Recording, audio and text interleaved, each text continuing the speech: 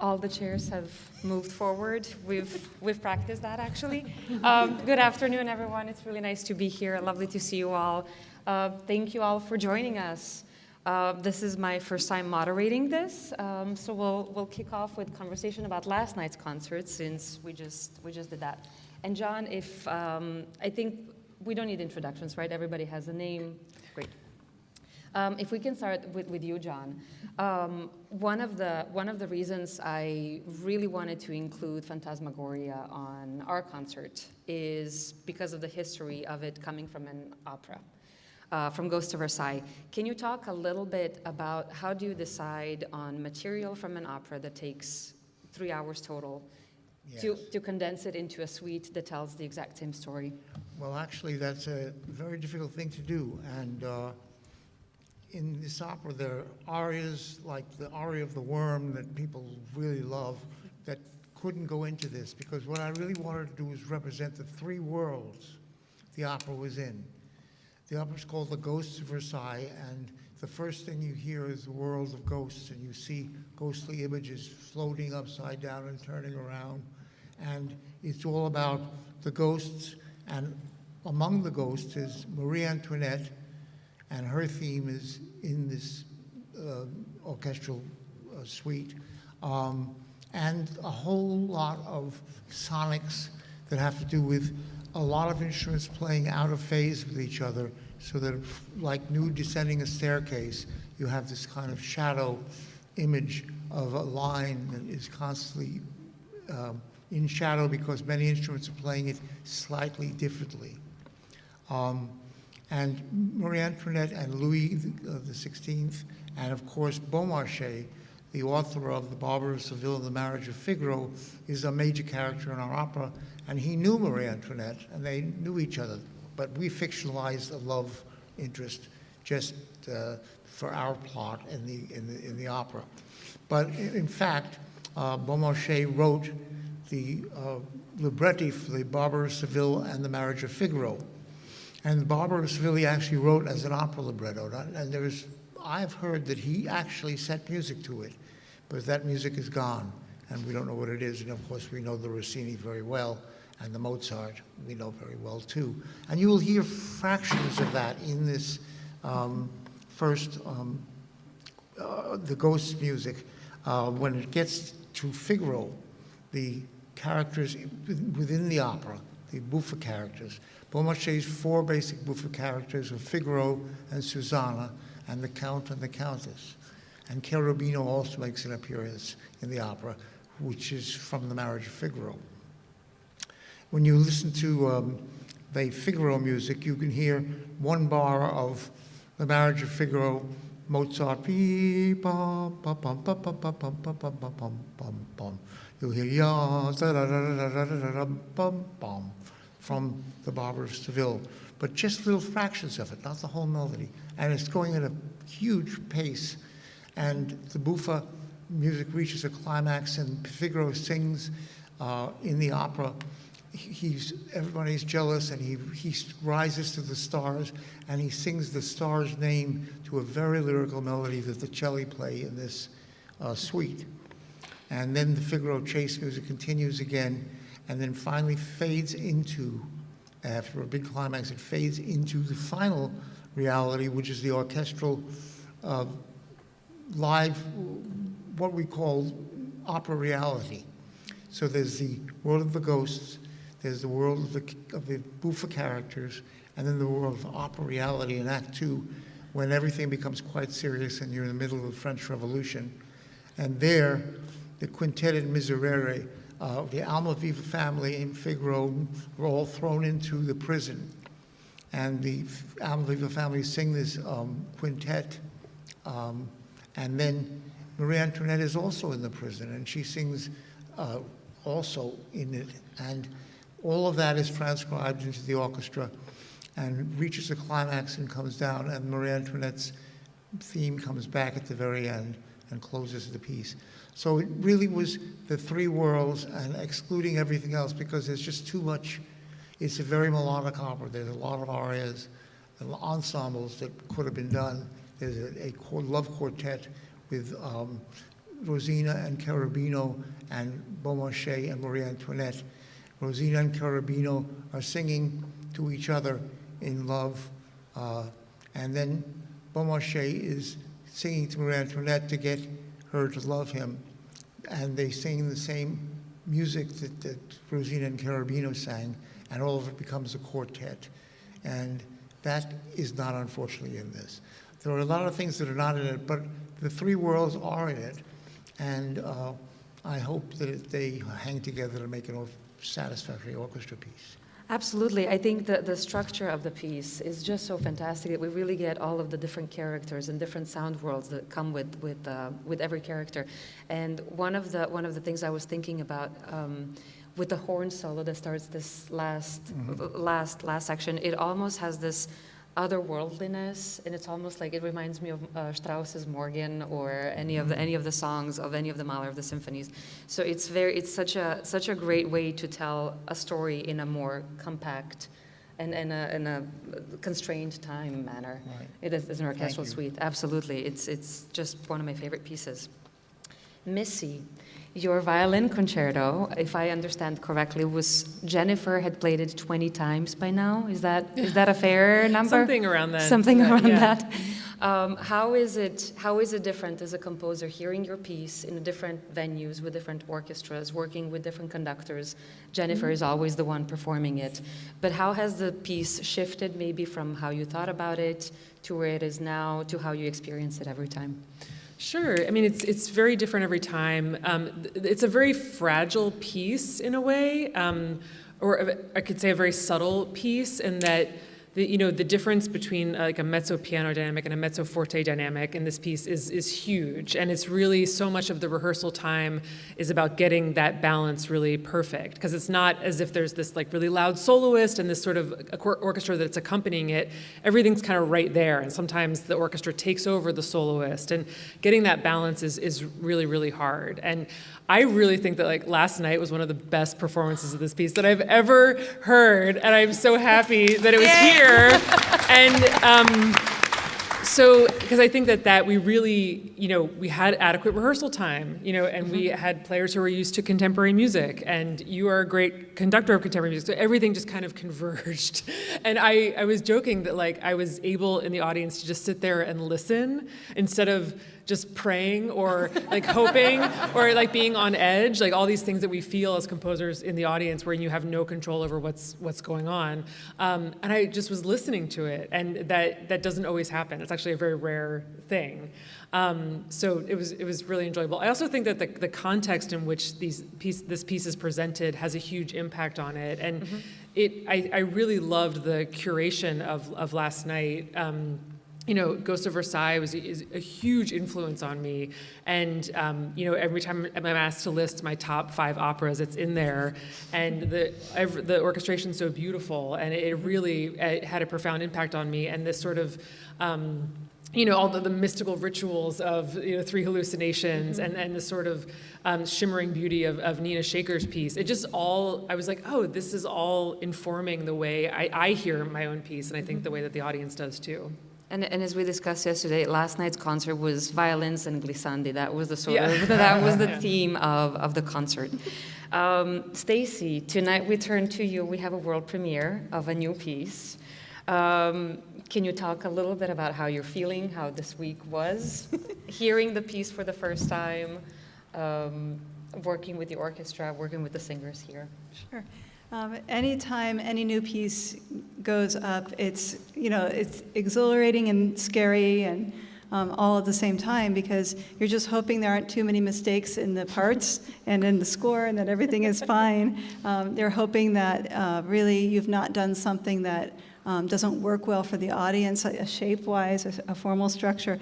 All of that plays in my head, but the minute you guys started playing, all those worries went away. And we were busy in the process, in the zone of making music together, and it was really quite seamless. We had our first rehearsal of just the orchestra, so we could make sure that part's functioning just fine. And then we added the singers for the second rehearsal.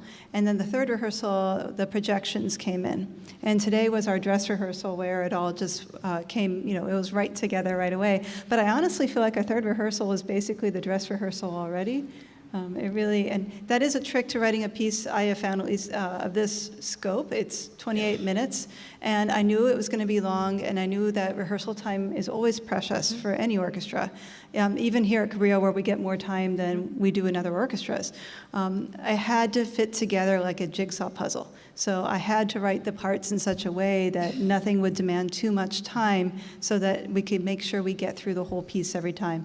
And the singers, too, that their voices are being taken care of from one end of the piece to the other. You'll also hear a couple of instrumental breaks as we get closer to the end, and that was a chance to give the voices a chance to rest. Mm-hmm. It's such an important part of what we do, getting the parts that look exactly how the composer hears them. Because the last thing we want to do in rehearsals is sometimes sort of like spend 30 minutes on understanding what a sound world needs to be. So the cleaner that communication is. And of course, we have a fantastic orchestra here that is used to extended techniques, that is used to many, many different styles and many different types of notations.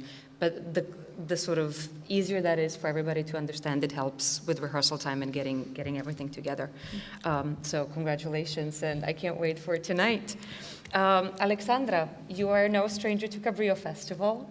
This is your second time here, right? You were a student. Can you talk a little bit about coming back as a composer here?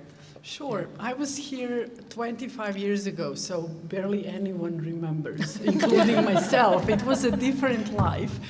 And I was a student at the University of Michigan, doing my doctorate there at Michael Doherty, who was often visitor and composer in residence here while Marin Alsop was conducting.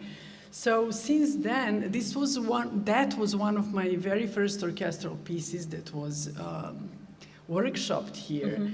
And it's just beautiful to in a way, close that circle or make another round and be here as one of the also guest mentors and composers. But also what's beautiful is that Cabrillo nurtures that sense of family. And I have had the history with John as a mentor for almost 30 years now, and to be here together and, as Missy said, hear the pieces that we were all influenced by, hear them live and work together with the orchestra. It's just an amazing way to create new things and to feel that new music is relevant and to have you so present throughout the entire process. And I think that celebration of human spirit and creativity and the beauty that we can bring to the world is exactly what the world needs. And the piece tonight that I have on the program is called This Kiss for the Whole World, which is a line, Schiller's line from Beethoven's Ode to Joy. And it's exactly that. We live in very difficult times, and this sense of community and people who gather just to celebrate beauty and the beauty of human mind and spirit and creativity is what makes this whole festival so important to me. Absolutely. We were talking about that last night before the opening concert with Riley and Justin, our concertmaster, about this incredible involvement from everyone, from the orchestra, from the community, and just creating this incredible space where we can create. We can open up conversations and we can discover new things. It's really, really unique and quite special to Cabrillo Festival. Rene, this is your first time here. Yes. And tonight we're playing a piece that you wrote, is it 10 years ago? 10. Can you talk a little bit about the inspiration behind the piece? Yeah, so I was a student, and every year as a student at the school, we got to write an orchestra piece. The orchestra would play it. I was really stressed out, and there was just deadlines, and I had to make the most of it, and I just felt like I had to just get to the end of the tunnel, just get to the light at the end. And I thought, well, why don't I just use that as inspiration and write a piece? So that's the inspiration behind it. You're on a train, you're like, the momentum doesn't stop, but when you get to the end, you can feel the warmth, you can lay your head on the pillow and feel okay again, you know?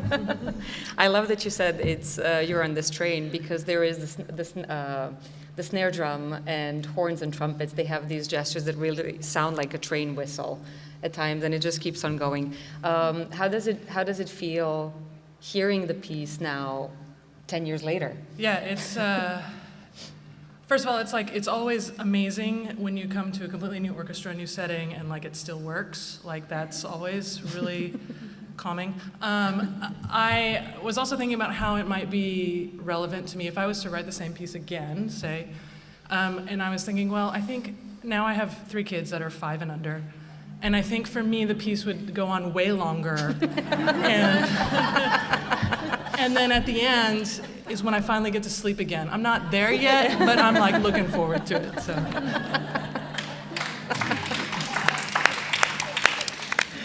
Fantastic. So Aleksandra, one of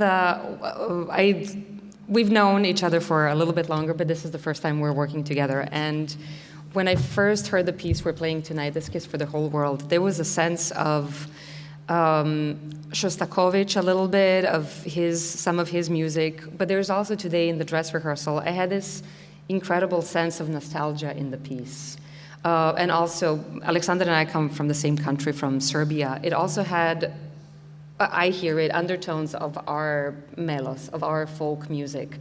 How often do you resort back to our folk music when you're writing, or how do you start composing a piece? Well, when I moved to the States, which was 30 years ago, this was the first time that I connected with our roots, because over there we take things for granted that we grow up with. So the first time that I felt nostalgic for the place, and even nostalgic to know more about the place, is the moment when I left it. And in this case, I mean, the case of the piece tonight, it's a big waltz, and yes, there is, I mean, one could hear Shostakovich, also some people mentioned Ravel's La Valse, and I think the nostalgia comes from there. It's not so much the Central European form that reminds us of some times that were maybe better, or we fantasize about them as being better.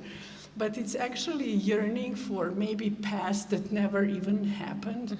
Because I think in this world now, again, that's very complex, there are many possible lifelines that we would like to have, and we did not have them because we either had to move to another country, or there was a war, or there's so many reasons nowadays why one would be nostalgic for the original past or some possible past.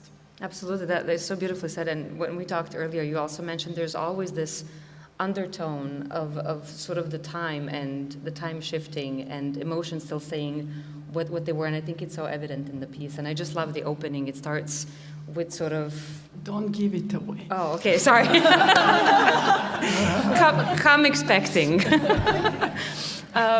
Stacy, can you talk a little bit about coming up with the structure for Frederick and Susan B. for the piece? It's a song cycle in 5 movements, essentially with an introduction. How do you decide on the structure? How do you shape musical thoughts with given the guidelines of the text? What happened is I began the search for anything that had to do with Frederick and Susan and the 15th Amendment. And that's the amendment that gave black men the right to vote. And it was also the contention point for Frederick and Susan in their 45-year friendship, because Susan was really advocating for universal suffrage. And it became apparent to Frederick that that wasn't going to get through Congress. And he decided to go for black men instead. So I knew that that had to be the central movement of the piece, the biggest argument. And I began to find texts. I wanted to have an aria for Frederick and an aria for Susan, and those are the bookends. And then I wanted there to be a chance where they could interact in at least 2 movements. What was core to the piece, that third movement I keep mentioning, is that in 1869 there was a meeting of this American Equal Rights Association where Frederick and Susan were actually on stage debating each other. And you're going to hear that debate in the piece.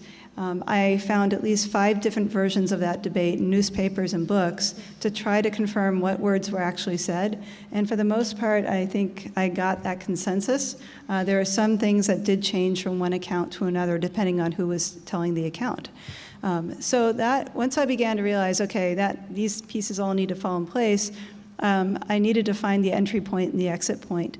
And with Frederick, he gives us the earliest text where he's basically saying, reformers have a lot of work to do. We're looking to the future, and don't worry, your country is young. 75 years is a good old age for a man, but a mere speck in the life of a nation. And that really hit home, by the way, because I said this text after the election, right after the election. And I kept thinking, are we at that point that Frederick is now singing about? I'm not sure that we're. So that became very important. And then we move forward in time to the very end where Susan is now getting towards the end of her life, and she realizes, I'm not going to see women get the right to vote. And she sings this lovely aria about if I could live another century to see what everything that women accomplish. Yeah, that's about all I can say, otherwise I'll start crying. That's beautiful. Missy, you mentioned something about sitting and hearing the piece in the space yesterday and that experience.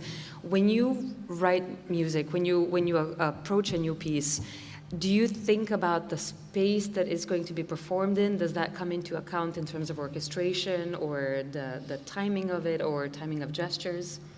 I think it helps me produce the piece to imagine, the audience, the hall, the humidity, all these factors. And my teacher Louis Andreessen used to talk about that. He's like, just imagine who's sitting next to you in the hall, and then the piece will write itself. And it doesn't really work that way, but. So that helps, but I want it to be a piece that can exist in a lot of different spaces, so I'm not really tailoring it specifically to any particular acoustic space, but just creatively it helps me imagine it. Yeah, and I sense there's for my ears, I think there's always an improvisatory element to your music. Do you start out with an improvisation and then put it into writing, or without giving away too many secrets of your process? Yeah, no, I'm an open book. I'll tell you anything. I mean, I'm a pianist, so I am very tactile when I'm composing. Like, I have to play everything. I have to sing every line, especially if I'm writing an opera. And so I'm always starting by improvising, playing, and then looking at what can I do with this idea? Have an idea and then look at it and then explore it and then develop it. But I think that the improvisatory feeling for this piece in particular really comes from Jenny. And we have, like I said last night, we've been friends for 16 years, and I've written pieces for her, but we've also toured around performing together. So we have a little duo, and I write all the music, and we it's a combination of things for piano and violin electronics, solo violin, and so just being around her all the time and seeing where she takes time and where she doesn't is it really informed this one. Absolutely. One develops, the more we sort of get to work and collaborate together, we develop, I think, collectively an understanding of each other and sort of musical tendencies that each one of us brings and brings to a piece and carries with us. John, when I mentioned to John the first time I heard of his music, I was a student in Austria, and one of my violist friends was obsessed with the movie Red Violin, so that's how I was introduced to John's music, and then when I moved to the United States, I became more obsessed with it. But one of the things that I remember specifically was watching a master class you did at Loyola University, talking about the clarinet concerto, and the structure of it, and how you were thinking about the sound and the space and architecture in music. And my mind was just blown up by the concept of sort of architecture in music. Can you talk a little bit about that? Yeah, well, we have the architectures of the past, the 18th century architectures, that sonata form, rondo, variation form, scherzo, that we can write music and fit in to those forms that have been established over 100, 200 years. But it seems to me that if you want to, the biggest decision is what form you use. If you want to use your own form and devise your own form, you have to know the balance of the new and the unfamiliar that is required to make something palatable to the human condition. And what I try to do is to design a piece from the outside in, from the big to the small, instead of starting with a fragment or a tune or a motive or a rhythm. I try to start as, where is this concert being held? Who is playing it? How long is the piece? Is it in movements? And then succeed to build the movements by writing it on a typewriter into my computer and try to write it out or try to draw a picture of the graph of intensity and what returns and what doesn't. And before I write a piece, I do that on 11 by 17 pages, held landscape design, and I try to draw with a pencil the arc of intensity, and 1 minute is equal to 1 inch. And then I put this theme is necessary here, and it comes back here, changed, and something new with the theme modifies here, a new material is here, and I try to build the whole piece. In the clarinet concerto, for example, I was writing for the New York Philharmonic, an orchestra I grew up with because my father was the concertmaster of the New York Philharmonic for all my life until late college. And so I went to concerts and knew the players, and that made me think I want everybody in the Philharmonic to play in my clarinet concerto because I knew all the players. And then it became, there are too many players, it'll overwhelm the clarinet. Can I remove some players and maybe have them play at the very end? And that led to the idea of taking 5 of the 6 French horns out, taking 2 of the trumpets, 4 trumpets out, and taking 2 of the 3 clarinets out, and leaving them for the end. And that led to the idea, well, if they're going to not be there the whole time, what would happen if I put them around the hall? The 5 French horns circling the first boxes, the 2 trumpets in the middle of the second boxes in the rear, the 2 clarinets at the very top and bottom of the back of the audience, left and right, playing, and this became antiphonal. So the antiphonal quality came because I wanted everybody to play my piece. It was very simple. I just wanted the whole New York Philharmonic to play it. And then it led to weaning out players, and then it led to how about spatially writing those players in the last movement. The last half of the last movement is antiphonal. The whole cadenzas for the first movement had to do with Stanley Drucker, the soloist. Leonard Bernstein was conducting it, and Stanley Drucker was the soloist. Stanley was the ultimate virtuoso, and so I became 2 cadenzas separated by an interlude that proved to be the right thing for him, accompanied cadenzas, but cadenzas. The second movement, my father died in 1975, and I wrote it in 1976, was an elegy in memory of my father, which mainly featured the strings and had a solo violin, the concertmaster, playing in dialogue with the clarinetist. And then the third movement was about Leonard Bernstein's theatricality, and that's where the antiphonal, the spatial aspect of it came in. The French horns would be all around you in the back there. The trumpets would be up there, the clarinets would be up there, and all the stands of the strings were numbered, so I could start a note in the back of the cellos and then slowly segue it from one cello stand to another until it crossed the conductor and became the first violins and traveled this way, so that you had sounds that traveled in the orchestra, 2 sets of timpani that played antiphonally left and right. And all of that came from wanting everybody to play my piece. So it's funny how you build these pieces, but then the materials started coming, and they all came from that. So that's how I build a piece, basically. Yeah, I think there is such a beautiful explanation, and like when we met a couple of days ago, I think this sense of architecture in space of your music is one of the things that has always inspired me, of just constantly feeling the music everywhere. And we heard it last night in both of the pieces, Phantasmagoria and Three Hallucinations, with offstage pianos and onstage pianos, and just this sort of call and response between the two different entities.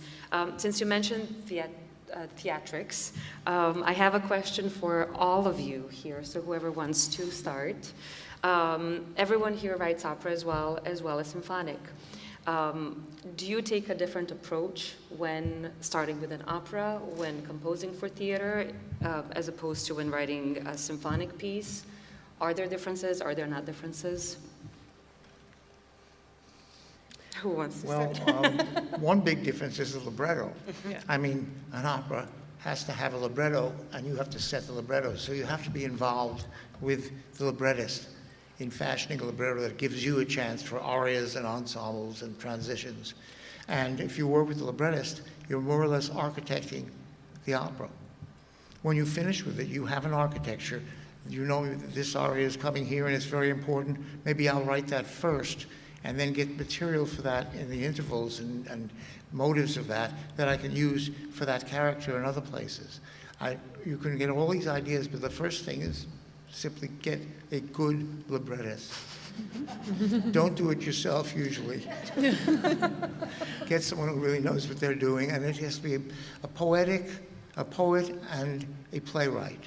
Someone who can do both of those things. I was lucky enough to have William Hoffman, who is playwright, poet, friend of mine, writes the libretto for The Ghost of Versailles, and Mark Adamo writes the libretto for the my opera that was done in Santa Fe.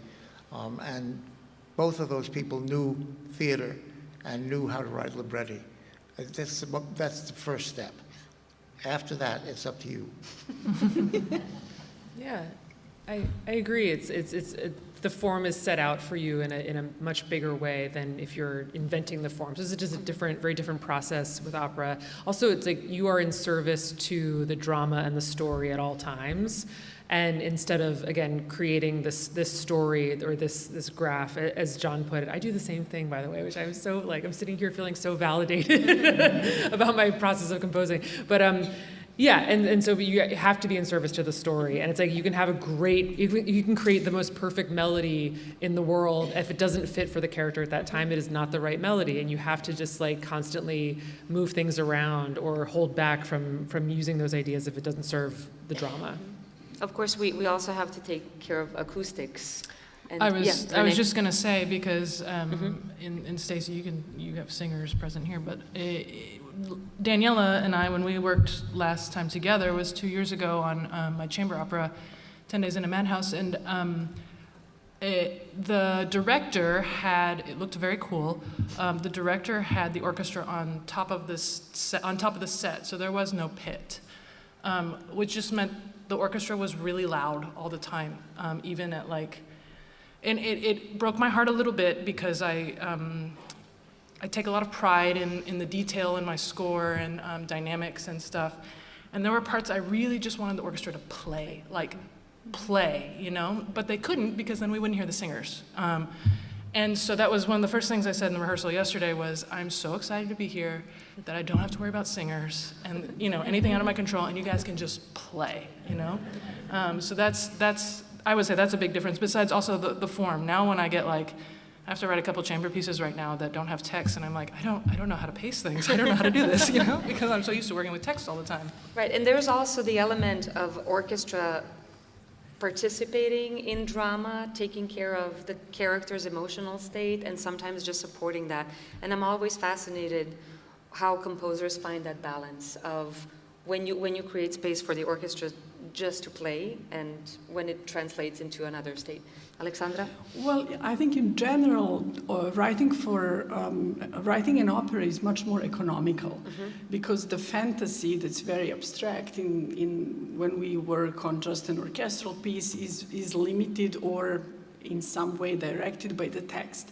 But the beauty of orchestral writing in the opera is that it really has the meaning that the character would have, and actually multiple characters that would sometimes tell more than just the verbal material can tell us. Mm-hmm. And this is the part that's exciting for me, because we always have that question, how do we communicate through music that's completely nonverbal, and how come we understand what it tells us even though there are no words? And I think that gets even more pronounced in operas, because even though there is text, sometimes music is the one that really gives us the meaning, and I really love that controversy there. Mm-hmm.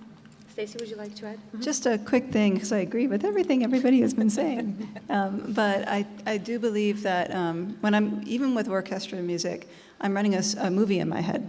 And in some ways, I'm writing to that movie. And with opera, my experience has been the same. But even more so, because you have to think about, okay, this person actually has to get up from a chair and cross the room in a nonchalant manner or whatever. You have to think about the timing of that. And that does shift how you think. Like the song cycle that you're going to hear tonight, we didn't have any staging involved in any of it, so I didn't need to allow for that kind of time. But if they were actually going to be turning this into a small opera, we'd have to add time to make that happen. But but still in the song cycle, there are those elements, there are those moments when the orchestra completely takes over and sort of carries the drama on to the next dramatic point. We have time for some questions from you. I think we have Skylar somewhere with a microphone. Great. I think we have a question right here up front, and then second one in the back. Thank you.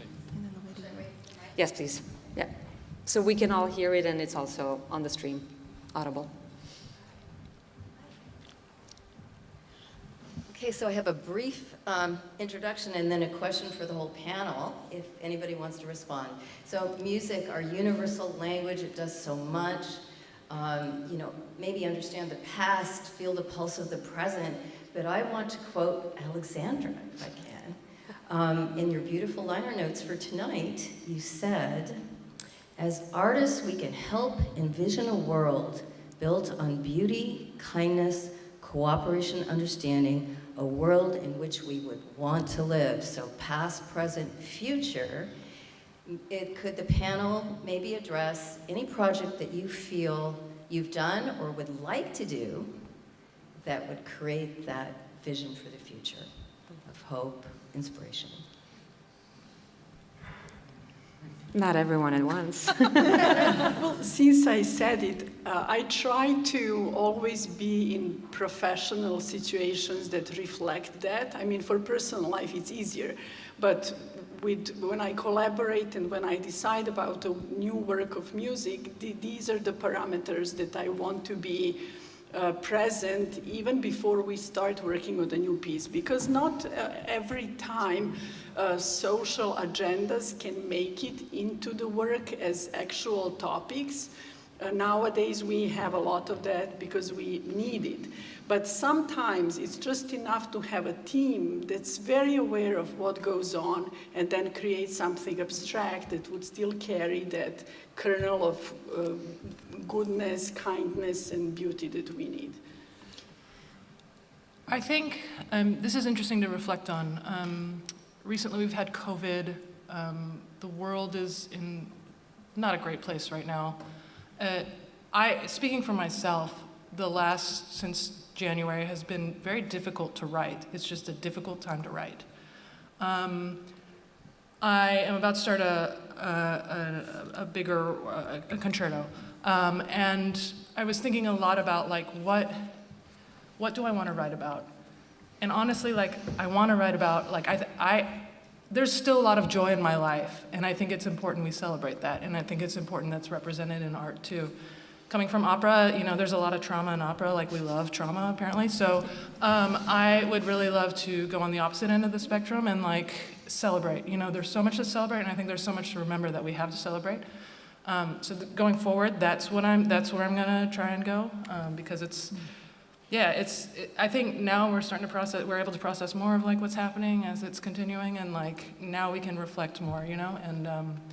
And I'm sure everybody here has a lot to say in their music in regards to the state of the world.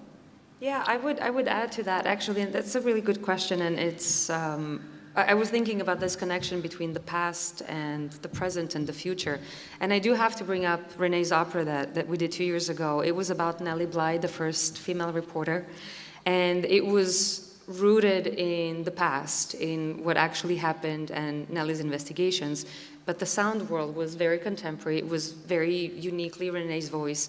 And I think forms like that, that sort of take a nod to the past, that we get to perform nowadays with an idea of what either the sound world can be or how can we do things better in the future. I think those are the projects that I'm really excited about. It's always this connecting tradition with the moment of now and looking into the future. Mm-hmm. Well, if I can, Go ahead. Well, when James Levine asked me about writing an opera many years ago,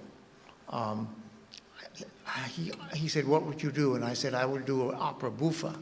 And he was startled by that, because in contemporary opera, most of it is about angst and torment and so forth.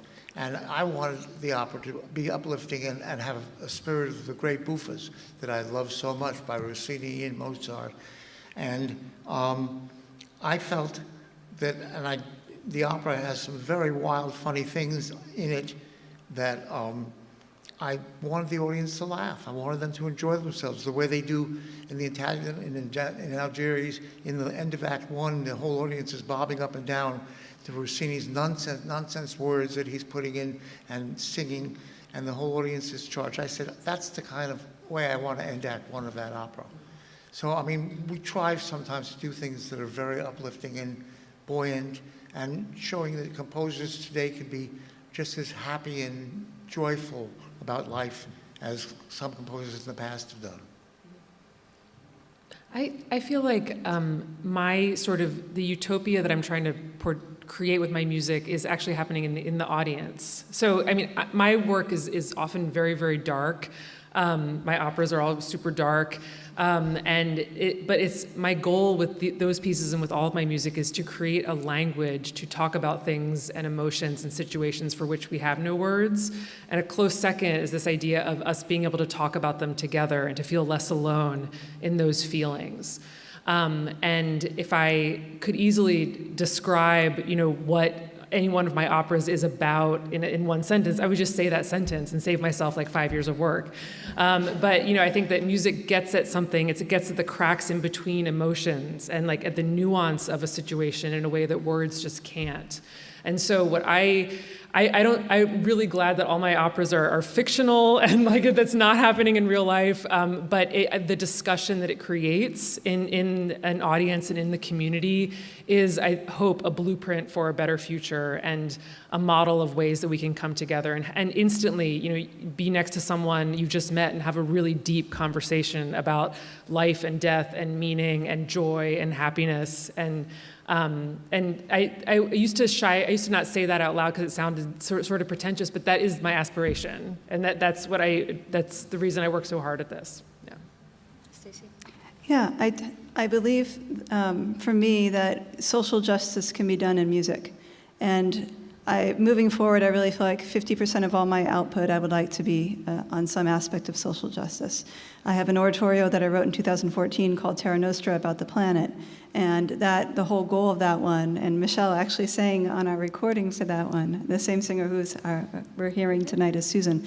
But it really is to remind people that we are from the planet, we're going to return to the planet, we should be stewards of the planet. And that was the first piece that really made me realize, okay, there's power in trying to get a message out to the audience and seeing the discussions, as you were saying, Missy, that go on past the end of your piece. So I think for me, that's why things like The Battle for the Ballot and Frederick and Susan and these works have been very important, is to try to move the needle in society when people leave the concert hall. Mm-hmm. There was a question there. Mm-hmm. Yeah. Cool. Hey. Thank you so much. Let me see. So many of you have commented on your process and even mentioning down to like using pencil and paper. And so I want to ask a question about preservation and that is, when you're writing, are there sketches that you're saving, and how does that work for material things? And then using notation software or any other sort of digital tools, how are you saving? Are you saving? Do you have an eye towards the future and what people might want to see? Thanks.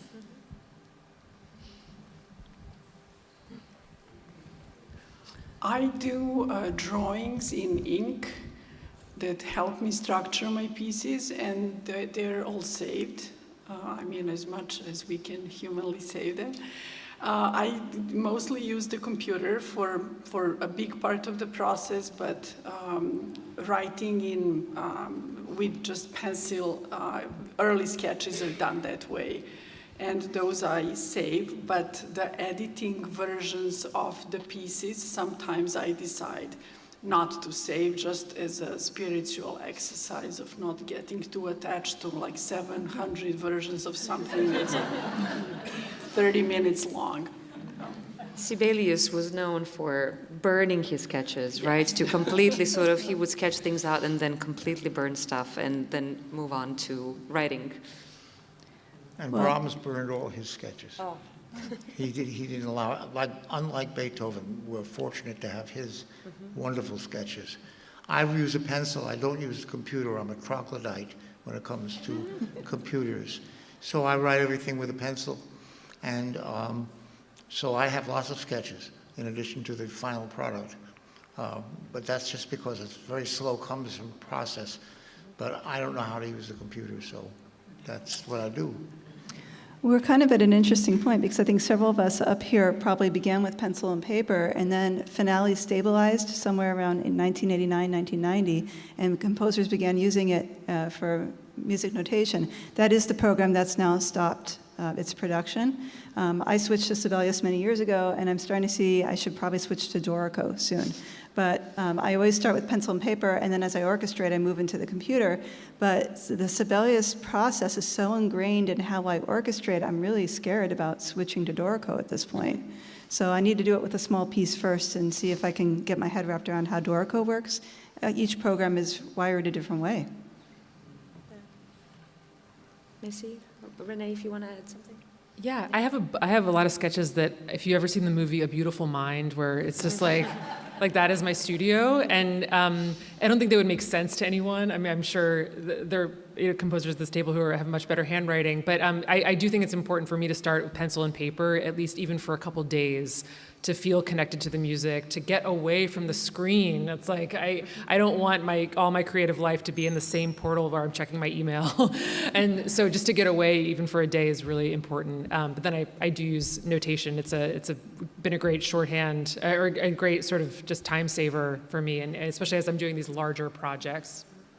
Well, there is an incredible connection that we get from arms into the paper that is really, really connected to how we hold pencils, how we put pressure on. And I think none of that can be replicated ever with computers. I mean, personally, I use computers to finalize something or maybe put it in a legible format because, again, nobody can read my scratches. But that connection that we have from sort of like from our spirit, from our soul onto the material, I think is irreplicable in many ways. Yeah, real talk. I mentioned that I have 3 children that are 5 and under. Pre-children, I used to just keep my papers and sketches on the table, but recently, now I come back and there's highlighter and drawings, and I don't even know where things go. So I am actually in process of trying to figure out how to do this. My newest idea, I think, is to paint one wall like a dry erase board, and like the complete wall, and then high up above is where I do my sketches, and then below they can mark everything up. So I think that's what I'm gonna do. But I also, I'm really ashamed to admit this on live stream, but I write straight into the computer. Like I probably have composers that would disown me for that, but as teachers that would disown me, but there's a lot of value in hearing playback for me, like for timing, for pacing. The instruments obviously don't sound like real instruments and are really bad.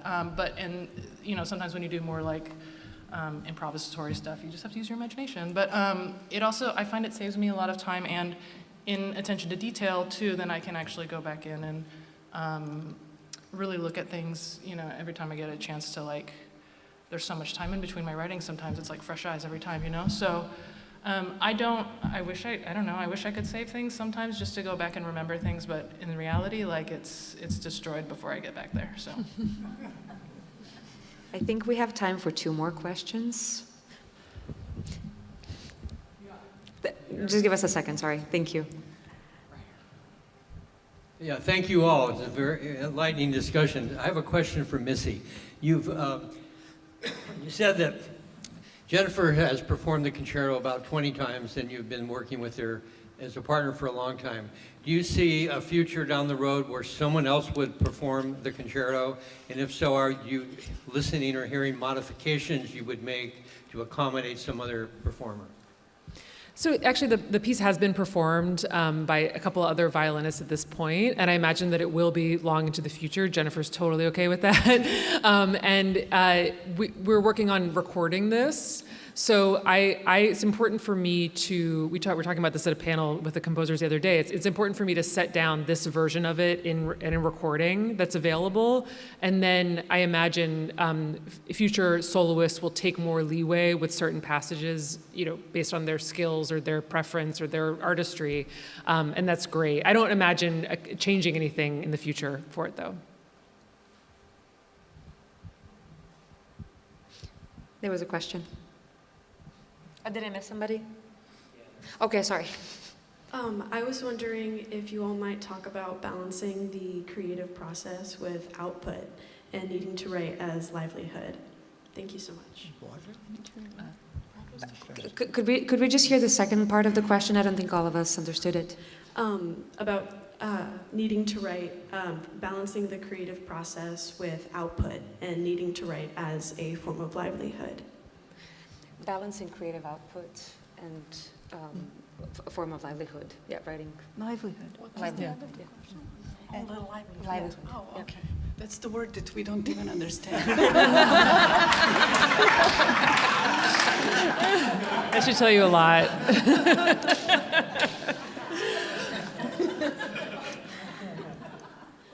Yeah, it's really hard. It took me until I felt like around age 38, I started to sort of get it. I started to sort of understand how to have a good work-life balance, how to be able, and just the reality of being an artist in America is that it is very, very, very hard to strike that balance, almost impossible. So the amount of work that you have to do to make enough money to survive without having 10 other jobs is just impossible. So I actually have like a bunch of other jobs. I am a college professor at Bard College. I also run a nonprofit called Luna Composition Lab for young female and non-binary composers in their teens. And so, and then I do a lot of guest teaching and presenting. And then I'm trying to write. So it's, sometimes I've learned to just sort of be able to drop into a piece if I have an hour. And I've picked up those skills, but it took me, decades to sort of figure that out and to lessen the anxiety around it. Yeah. Well, I was an academic professor for 16 years. I had tenure, and I could have stayed in that job forever. And it was actually, Missy, you were one of the influences on me to quit my job. Maybe you can influence me to quit my job now. Because I thought, how can I be mad at someone like Missy if she is taking risks every day of her career, and I'm sitting here and just, getting that steady paycheck? That didn't make any sense to me. So thank you, Missy, for being one of my inspirations to go freelance. And that was a decade ago. So yeah, the work-life balance is not quite there yet. I still feel like I'm working extremely hard every day to be making sure that the freelance part stays afloat. But the rewards of just getting to write what I want to, talking with collaborators and getting these big projects out is just amazing. And I wouldn't trade that for anything. So maybe one of these days I'll find the right balance, but it's not there yet. Yeah, I've been a freelance composer until I turned 50. And that was about the time the pandemic started. And then the school where in my hometown in Novi Sad in Serbia, they invited me to be a professor there. So I had that sense of security for the first time, just for the last couple of years. And it feels great to have it, but I think it's also just beautiful to be brave for things that we believe in and say, okay, this is my path, and I'm going to do it. And I can't really say that there is balance in my life, even now with a more steady load of work that is actually being paid on a regular basis.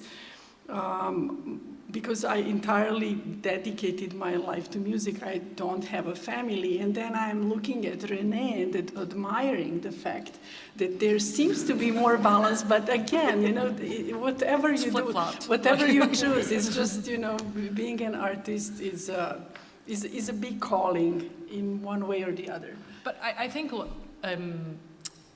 artists adapt so well. Like, you learn to, because nothing is constant, So for me, like, when I became a mom, like, my process had to change so much, like, because I suddenly didn't have all the time in the world, and I wasn't sleeping.